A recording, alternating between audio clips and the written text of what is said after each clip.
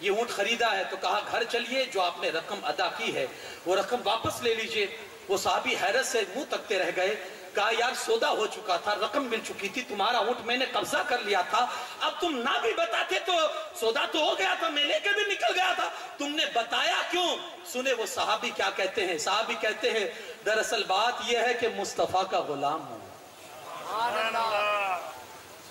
بات یہ ہے کہ آقا کا غلام ہو، اور میرے آقا فرماتے ہیں اگر دھوکہ دے کر اپنا مال بیچو گے اللہ کے فرشتے تم پر لعنت برسائیں گے، میں فرشتوں کی لعنت کا شکار نہیں بننا چاہتا۔ یہ صحابہ کی زندگی کا ایک اثر تھا جو حضور کی زندگی سے انہوں نے حاصل کیا۔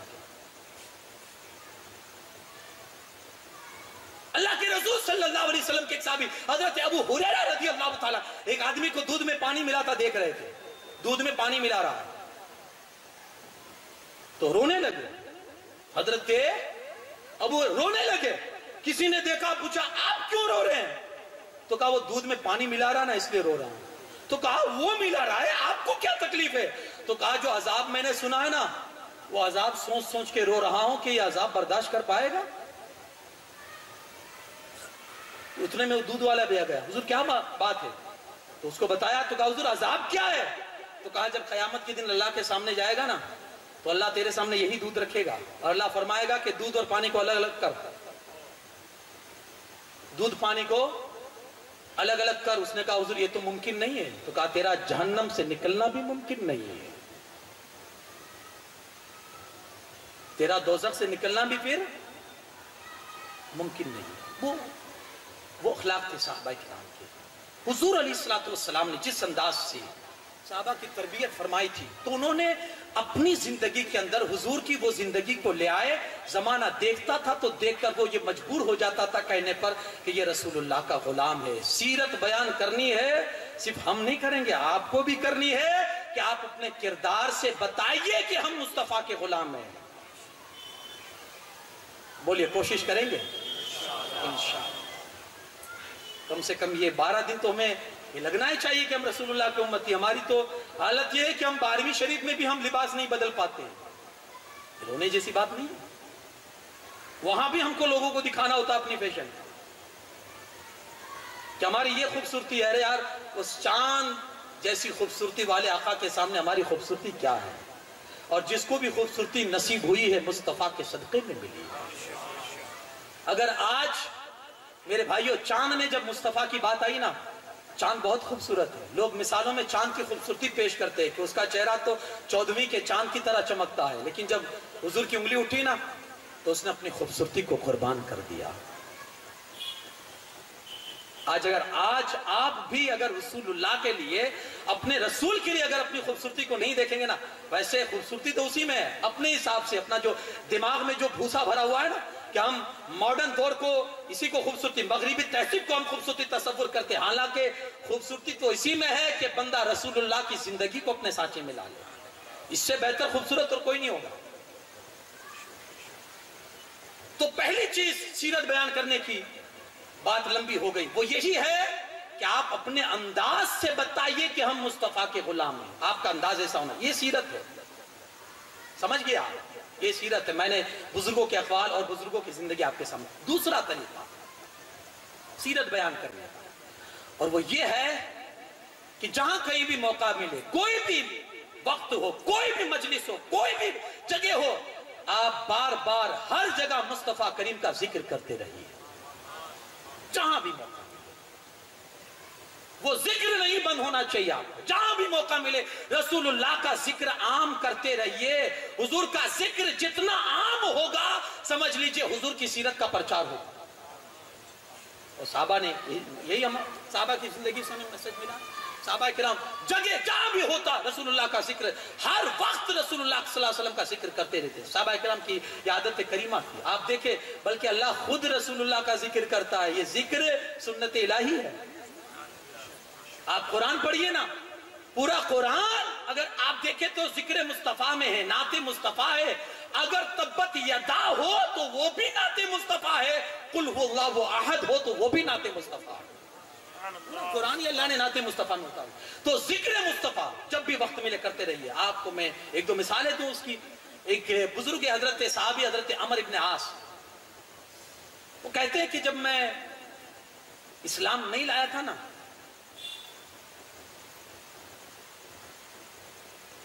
وہ کہتے ہیں اگر کوئی مجھ سے یہ پوچھے کہ رسول اللہ صلی اللہ علیہ وسلم کا چہرے مبارک کیسا ہے تو میں نہیں بتا سکوں گا. حضور کی شکل مبارک کیسی ہے، وہ کہتے ہیں میں نہیں بتا سکوں گا. لوگوں نے پوچھا یہ کیوں؟ تو کہا جب میں مسلمان نہیں ہوا تھا نا تو سب سے زیادہ جس سے مجھے نفرت تھی وہ رسول اللہ صلی اللہ علیہ وسلم تھا. میں کبھی ان کے چہرے کی طرف بھی نہیں دیکھتا، اتنی نفرت تھی مجھے، شدت کی نفرت تھی، میں کبھی حضور کی طرف نہیں دیکھتا تھا. اور جب مسلمان ہو گیا تو اس چہرے سے زیادہ مجھے کوئی پسند تھا ہی نہیں. جب مسلمان نہیں ہوا تھا تو میں دیکھتا ہی نہیں تھا نفرت کی وجہ سے، اور جب مسلمان ہو گیا تو اس چہرے سے زیادہ عزیز میرے نزدیک کوئی چہرہ تھا نہیں. لیکن مسلمان ہونے کے بعد میں نے کبھی بھی نظر بھر کے رسول اللہ کو نہیں دیکھا، کیونکہ میری آنکھ ٹکتی ہی نہیں تھی رسول اللہ کے چہرے پر. حضور کے رعب کی وجہ سے، حضور کے جلال کی وجہ سے میں دیکھ ہی نہیں سکتا تھا. اس لیے اب کوئی بھی مجھ سے پوچھے نا تو میں رسول اللہ کا چہرہ نہیں بتا. یہ صحابہ اس انداز سے رسول اللہ کا ذکر کرتے ہیں. حضرت انس بن مالک حضور کے غلام ہیں، حضور کے خادم ہیں. ان کی ماں حضرت ام سلیم نے جب بہت چھوٹے تھے نا تو لا کر حضور کی بارگاہ میں پیش کر دیا، یا رسول اللہ صلی اللہ علیہ وسلم اسے اپنی خدمت میں رکھے، میں آپ کو وقف کر کے جا رہی ہوں. اب وہ بچپن ہی سے حضور کے خادم ہے، جہاں بھی رسول اللہ صلی اللہ علیہ وسلم جاتے ہیں تو یہ ساتھ ہی ساتھ میں چلتے ہیں، ساتھ ہی ساتھ میں جاتے ہیں. ایک دن کہتے ہیں کہ انصاری کے گھر پہ رسول اللہ صلی اللہ علیہ وسلم کی دعوت ہوئی، میں بھی گیا، ساتھ میں خادم جو تھا. دعوت میں گئے تو اس انصاری نے سوکھا ہوا گوشت بنایا تھا گریوی کے ساتھ، سوکھا ہوا گوشت، اور اس گوشت کے اندر انہوں نے کدو شریف ڈالے ہوئے تھے، جس کو ہم لوکی کہتے ہیں، دودھی، اس میں ڈالے ہوئے تھے. اللہ کے رسول صلی اللہ علیہ وسلم جب کھانے کے لیے بیٹھے نا تو حضور اس کٹورے میں سے لوکی کو، دودھی کو تلاش کر کر کے کھاتے تھے. میں نے جب رسول اللہ صلی اللہ علیہ وسلم کے انداز کو دیکھا نا تو میں نے پھر نکالنا شروع کیا، اور میں نکال کر دودھی رسول اللہ صلی اللہ علیہ وسلم کے سامنے پیش کرتا رہا، کیونکہ مجھے لگ گیا کہ رسول اللہ صلی اللہ علیہ وسلم کو یہ چیز پسند ہے. پھر اس کے بعد میری زندگی کا دستور یہ ہو گیا کہ میرے گھر میں میری ماں جب بھی مجھے پوچھتی بیٹا کون سا سالن کھانا ہے تو میری زبان سے ایک ہی چیز نکلتی تھی، لوکی شریف کھانی ہے. کیوں؟ رسول اللہ کو پسند تھا، وہ سالن حضور کو پسند تھا. یعنی صحابہ نے رسول اللہ کی پسند کے سامنے اپنی پسند کو قربان کر دیا. یارو عادتیں نہیں بدلی جاتی، عادتیں نہیں بدلی جاتی. صحابہ نے حضور کے لیے اپنی عادتوں کو بدل دیا تھا. یہ بھی ایک سیرت کا پہلو ہے، اور اس انداز سے بھی اسلام کی خدمت ہو سکتی ہے. صحابی اللہ کے رسول صلی اللہ علیہ وسلم کی بارگاہ میں حاضر ہوئے، سلام کیا، حضور نے چہرے مبارک گھما لیا، سلام کا جواب نہیں دیا، سلام کا جواب نہیں دیا. تو بڑے سخت پریشان ہوئے کہ آج حضور علیہ الصلوۃ والسلام ناراض ہے مجھ سے. تو جس طرف حضور نے رخ کیا تھا، رخ انور، وہ صحابی اس طرف آئے اور وہاں جا کر سلام کیا.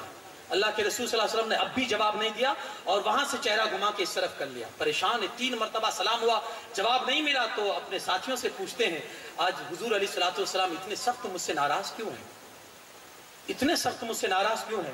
تو کسی صحابی نے کہا تمہارے ہاتھ میں سونے کی انگوٹھی ہے نا، اس لیے لگتا ہے حضور تم سے ناراض ہے. مرد کے لیے سونا حرام ہے، وہ رات والا سونا نہیں، آج ہی سے آپ جاگنا شروع کر دیں. نہیں، وہ گولڈ جسے کہتے ہیں، سونا چاندی والا سونا مرد کے لیے حرام ہے. پھر آپ کی شادی ہو یا سگائی ہو، ہے نا. حضور کے لیے اتنا تو کر سکتے ہیں نا کہ میرے رسول کو پسند نہیں ہے تو وہ چیز ہم نہیں لا سکتے اپنی زندگی میں. اگر آپ آج رسول اللہ کے لیے قربانی دیں گے نا تو پھر انشاءاللہ اللہ اس رسول کے صدقے آپ کو جنت عطا کرے گا نا. تو وہاں پھر سونا ہی سونا ہے، سونا ہی سونا ہے. تھوڑی تو قربانی دیجیے قوم کو دکھانے کے لیے، پریوار کو دکھانے کے لیے، لوگوں کو خوش کرنے کے لیے. میرا گلا بڑا اچھا لگتا ہے جب میں چین پہنتا ہوں. اب تو لوگوں کی عجیب صورت ہے کہ جب چین بھی پہنیں گے تو 2 بٹن کھول کے پہنیں گے تاکہ لوگوں کو لگے کہ بڑا یہ کیپیبل آدمی لگتا ہے. اس کو یہ نہیں لگتا کہ رسول اللہ صلی اللہ علیہ وسلم کتنا سخت ناراض ہو رہے ہوں گے قبر انور میں. لوگوں کو خوش کرنے کے لیے اپنے رسول کے دل کو تکلیف پہنچائے آدمی، وہ بھی تھوڑی دیر کی خوشی کے لیے لوگوں کی. اور لوگ کس کو اچھا کہیں گے یار؟ یہی ہے جو آپ کے منہ پر آپ کا سونے کا لوکیٹ دے کر آپ کی تعریف کریں گے، لیکن تھوڑا سا ہٹنے کے بعد پھر وہی لوگ آپ کی برائی کریں گے. مال دیا ہے تو دکھاوا کتنا کرتا ہے ان کے لیے، جن کا سامنے الگ منہ ہے پیچھے الگ منہ ہے، ان کو دکھانے کے لیے آپ پہنتے ہیں. اللہ کے رسول صلی اللہ علیہ وسلم نے منہ پھیر لیا. صحابی نے کہا یہ آج حضور ناراض کیوں ہے؟ کہا لگتا ہے تمہارے جو ہاتھ میں انگوٹھی ہے سونے کی، حضور اسی سے ناراض ہوں گے اور اسی وجہ سے شاید حضور علیہ السلام نے اپنا چہرہ گھما لیا ہے. صحابی نے فوراً انگوٹھی نکالی اور انگوٹھی پھینکی. مجلس لگی ہے، چلی. مجلس جب ختم ہوئی سارے صحابہ اٹھ کر جانے لگے. وہ صحابی بھی اٹھے اور چلے نکلے. تو ایک صحابی نے کہا اب تو انگوٹھی اٹھا لو، تمہارے لیے حرام ہے، تمہاری بیوی کے لیے تو حرام نہیں ہے نا، جا کر اپنی بیوی کو دے دو، قیمتی چیز ہے، سونا ہے. تو کیا کہتے وہ صحابی؟ سنو، کہتے ہیں جس چیز کو میرے آقا نے ناپسند کر کے پھینک دیا، اب میری غیرت یہ گوارا نہیں کرتی کہ اس چیز کو میں اٹھا لوں. یہ صحابہ کی یہ اس طرح سے صحابہ کرام حضور کا تذکرہ کرتے تھے اور حضور کی محبتوں کو بتاتے تھے کہ یہ محبت ہے. اس طرح سے بھی رسول اللہ کی سیرت بیان ہوتی ہے.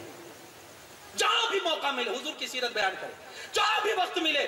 صحابہ کرام یار کس انداز سے رسول اللہ صلی اللہ علیہ وسلم سفر میں ہے تو حضور کی یاد، حضر میں ہے تو حضور کی یاد، مکہ میں تھے تب بھی رسول اللہ کا ذکر ہے، مدینہ میں ہے تب بھی رسول اللہ کا ذکر ہے. جہاں موقع ملا، جہاں فرصت ملی. جب بلکہ مجھے حضرت ابو بکر صدیق کا ایک واقعہ یاد آ گیا. اللہ کے رسول صلی اللہ علیہ وسلم نے اپنی انگوٹھی نکال کر حضرت ابو بکر کو دی. یہ تفسیر کبیر میں یہ واقعہ ہے.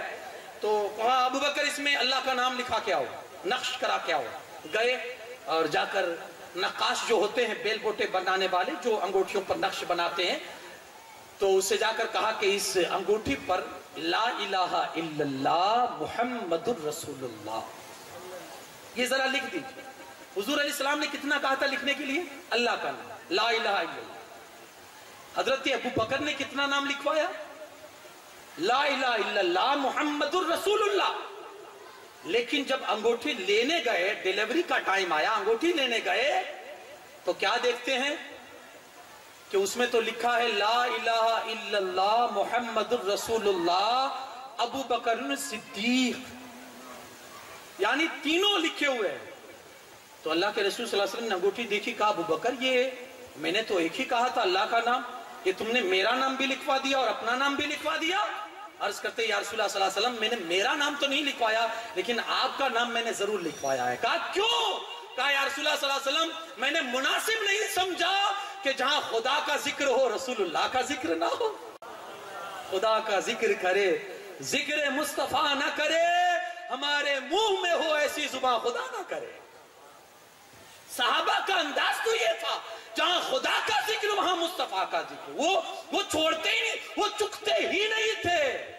جہاں موقع ملا رسول اللہ کا ذکر شروع کر دیتے تھے. تو یہ بھی ایک میلاد بھی ہے اور سیرت بھی ہے. اس انداز سے بھی آپ جہاں بھی ہو رسول اللہ کا ذکر بیان. اور یہ صحابہ کی سنت مبارکہ ہے. تو حضرت ابو بکر نے حضور میں نے مناسب نہیں سمجھا اللہ کے نام سے آپ کے نام کو جدا کروں. تو کہا ابو بکر اپنے نام کو کیوں لکھوایا؟ یا رسول اللہ صلی اللہ علیہ وسلم میں قسم کھا سکتا ہوں کہ میں نے اپنا نام نہیں لکھوایا. اتنے میں جبرائیل امین بارگاہ رسالت میں حاضر ہوتے ہیں. عرض کرتے یا رسول اللہ صلی اللہ علیہ وسلم ابو بکر نے خدا کے نام کے ساتھ آپ کا نام جدا کرنا پسند نہیں کیا تو خدا نے آپ کے نام کے ساتھ ابو بکر کا نام جدا کرنا پسند نہیں کیا. یہ وہ ہے جو اللہ کے نام کے ساتھ کبھی ذکر مصطفیٰ الگ نہیں کرتے تھے. ان کا ذکر عام ہو ہی جائے گا، شاد ہر ناکام ہو ہی جائے گا. تو ذکر مصطفیٰ کرتے رہے. یہ وہ غذا ہے نا کہ انشاءاللہ جب آپ کریں گے نا تو انشاءاللہ سکون ملے گا آپ کو. جتنا ہمارے نبی کا نام لیں گے نا آپ دیکھیں سکون ملے گا، سکون کی دولت ملے گی. بلکہ میں ایک واقعہ آپ کو بتاؤں. ایک بزرگ تھے پاکستان میں، شاہ ابو البرکات شاہ صاحب، یہ اعلیٰ حضرت کے خلیفہ ہیں پاکستان میں تھے. جب سکرات کا عالم ان کا ہوا نا، نزا کا عالم، آخری لمحات جب ان کے تھے تو آپ نے کسی اپنے مرید سے کہا کہ یار کوئی مدارج النبوت، شاہ عبدالحق محدث دہلوی کی ایک کتاب ہے، بڑی ضخیم کتاب ہے 2 جلدوں میں، مدارج النبوت، جس میں آقا کریم صلی اللہ علیہ وسلم کے معجزات کا ذکر ہے، حضور علیہ الصلوۃ والسلام کے